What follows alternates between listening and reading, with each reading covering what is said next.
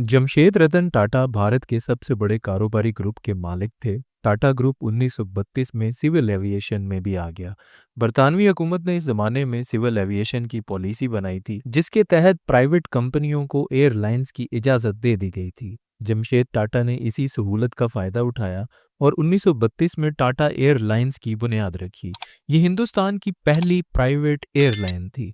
ये 1953 तक चलती रही, जिसके बाद भारतीय हुकूमत ने इसे कौमिया करके इसका नाम एयर इंडिया रख दिया। पाकिस्तान के क़याम तक हिंदुस्तान में मुस्लिम सिविल एविएशन की इंडस्ट्री में नहीं आए थे। इस जमाने में कोलकाता में असफहानी ग्रुप था। ये लोग ईरान के शहर असफहान से नकल मकानी करके हिंदुस्तान आए, तिजारत शुरू की और आहिस्ता आहिस्ता जड़ पकड़ते चले गए। भारत के हिंदू चमड़े को हाथ लगाना गुनाह समझते थे, चुनाचे लेदर की सनत में गुंजाइश थी।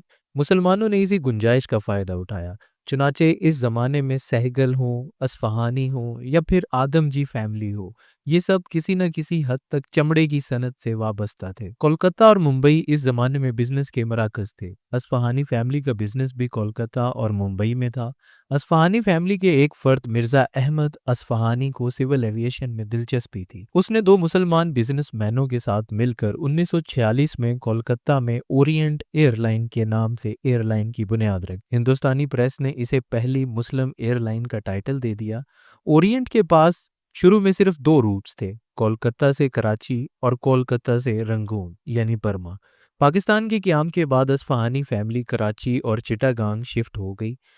ओरिएंट एयरवेज मुल्क की पहली एयरलाइन बन गई। इसकी फ़्लाइट्स कराची से लाहौर, कराची से दिल्ली, कराची से कोलकाता और कराची से ढाका जाती थी। आप ये जानकर हैरान होंगे कि कराची से हफ्ते में एक दिन मुजफ्फराबाद यानी आज़ाद कश्मीर भी फ़्लाइट आती थी। असफ़हानी फैमिली एयरलाइन को बड़े जज्बे से चला रही थी। मिर्ज़ा अहमद असफ़हानी इसके चेयरमैन थे। उनके एक भाई मिर्ज़ा मोहम्मद असफ़हानी अमेरिका में पाकिस्तान के पहले सफ़ीर और दूसरे भाई ज़िया असफ़हानी स्विट्ज़रलैंड और इटली में पाकिस्तान के पहले सफ़ीर थे। मिर्ज़ा मोहम्मद असफ़हानी हुसैन हक्कानी के ससुर थे। उनकी साहबजादी फ़रा नाज असफ़हानी हुसैन हक्कानी की बेगम पीपल्स पार्टी के दौर में रुकन कौमी असम्बली रही।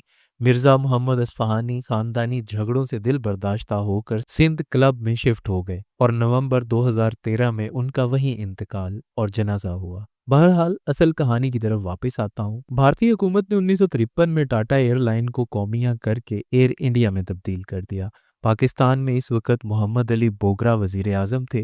ये असफ़हानी फैमिली को पुराना जानते थे। दोनों ऑल इंडिया मुस्लिम लीग में रहे थे और बंगाल में इकट्ठे सियासत और बिजनेस करते रहे थे। ये वज़ीर आज़म बने तो उन्होंने 1955 में ओरिएंट एयरलाइंस को कौमिया कर लिया और इसे पाकिस्तान एयरलाइन यानी PIA का नाम दे दिया। यूं ये नेशनल फ्लैग कैरियर बन गई। ताहम इसके पहले चेयरमैन मिर्ज़ा अहमद असफ़हानी ही रहे। ये इस ओहदे पर 1962 तक काम करते रहे।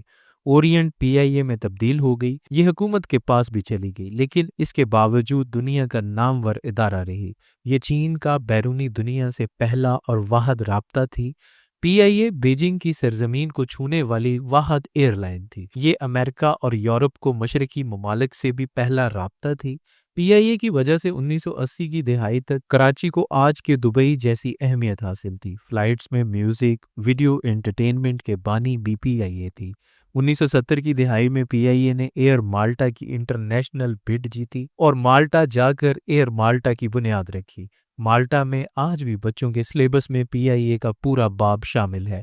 एमिरेट्स एयरलाइन की बुनियाद भी PIA ने रखी थी। हमने एमिरेट्स को 1985 में अमले समेत जहाज दिया था। एमिरेट्स की फ़्लाइट शुरू में कराची से दुबई के लिए चलती थी।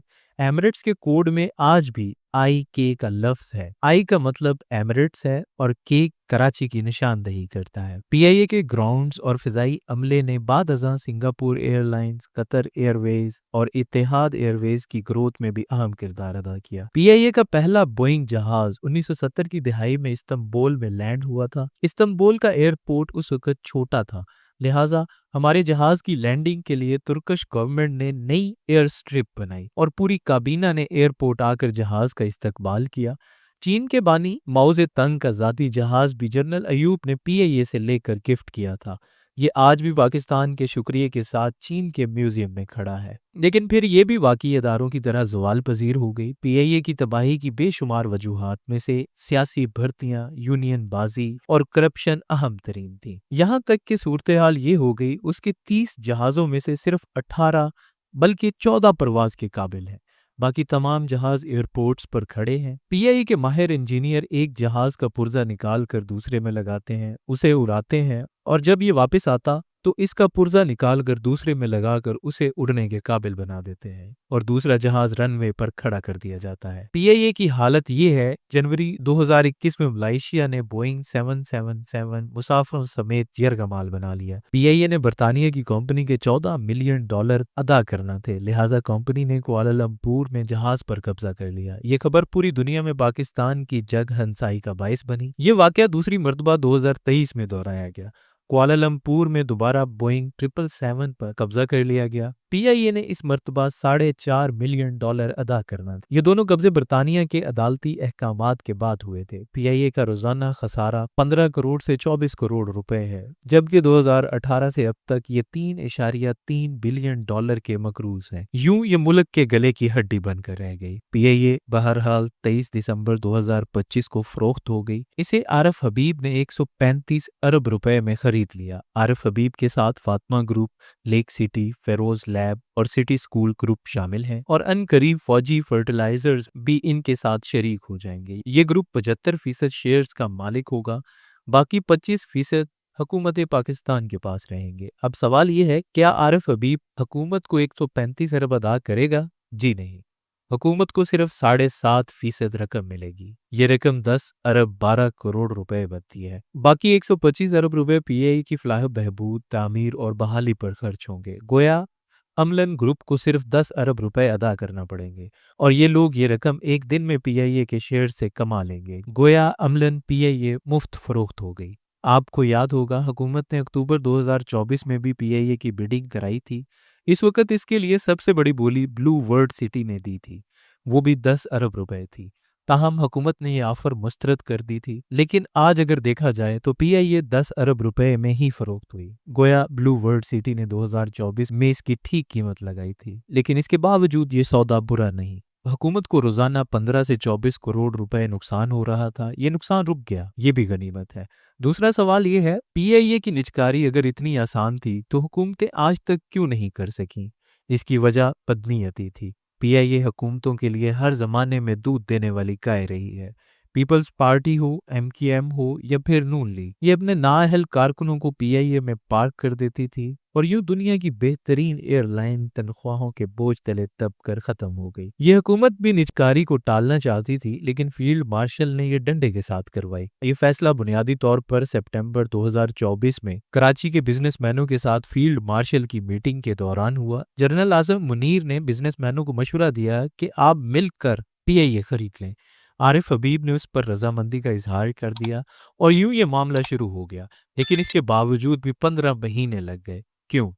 کیونکہ بیوروکریسی نیلامی کے راستے میں روڑے بچھاتی چلی جا رہی تھی۔ بہرحال دیر آئے درست آئے۔ میری اب درخواست ہے کہ آپ باقی 20 اداروں سے بھی جان چھڑا لیں۔